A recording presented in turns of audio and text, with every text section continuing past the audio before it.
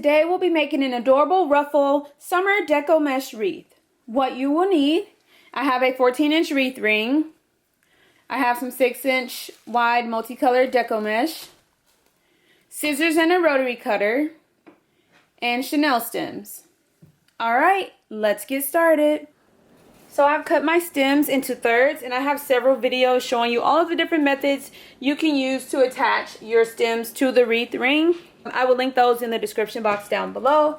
This specific method, I'm going to take a third of a stem and attach it to the outer, inner, outer, inner, outer, inner, alternating all the way around the wreath.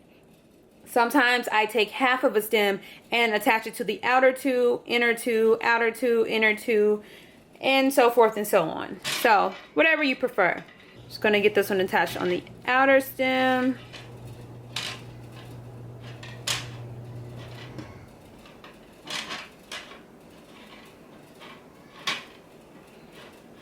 So outer, inner, outer. And instead of going outer, inner, outer again, I'm going to go outer, inner, outer, inner, outer, inner, outer, inner, and just continue on like that.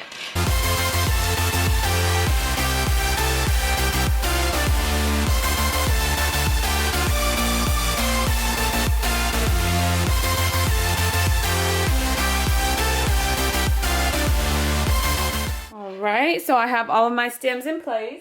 And I have cut my mesh into 8-inch long pieces. Again, there are several ways to attach your mesh. Sometimes I layer them one on top of the other, just like that.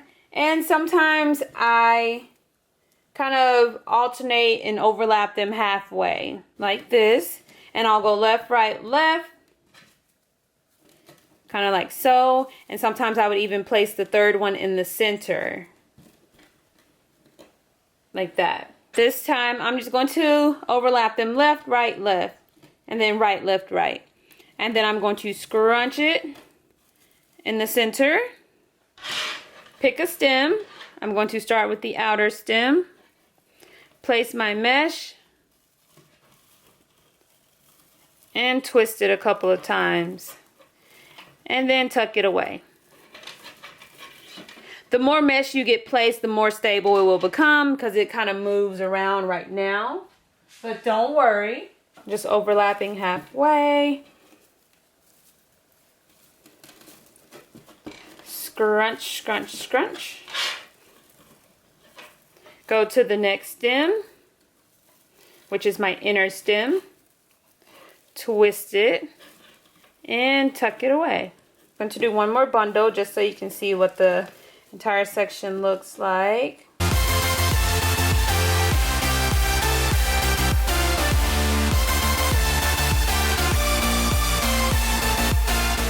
Alright, so this is what one section looks like. It is still a little flat. Once I get all of my bundles in place, then I'll kind of flare it out and separate the layers and fluff it up a little bit more. 3 bundles in each section.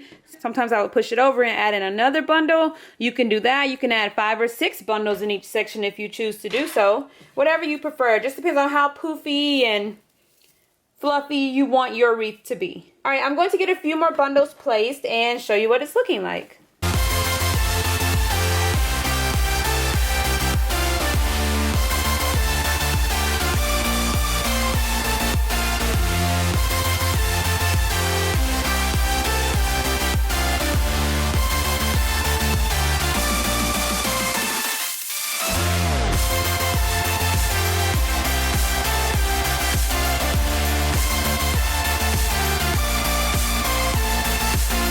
This is what it's looking like so far.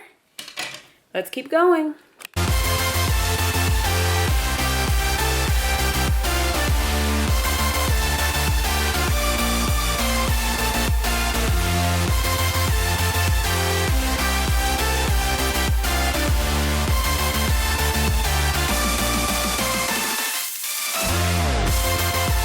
Alright, so I have all of the bundles in place.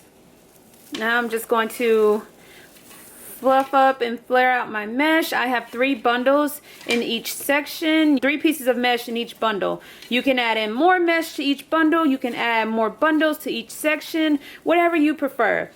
And once you finish the wreath, you can even go back and add bundles afterwards. Possibilities are endless. So I'm just fluffing it all out.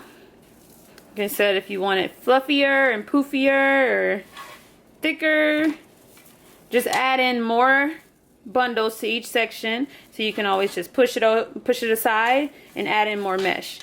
All right, and then you can have fun with it. You can add in some cute little styrofoam fruit, or you can add in ribbon or bows, or an adorable little summer sign to the center, a cute bow to finish it off at the top or the bottom, or a couple of smaller bows, whatever you prefer. The possibilities are endless. Or you can leave it just like this. I've done it multiple ways. Sometimes I like to leave it with only the mesh because I think it looks so cute and adorable by itself. But sometimes I like to add a little extra embellishment to it with like a sign or some extra decor.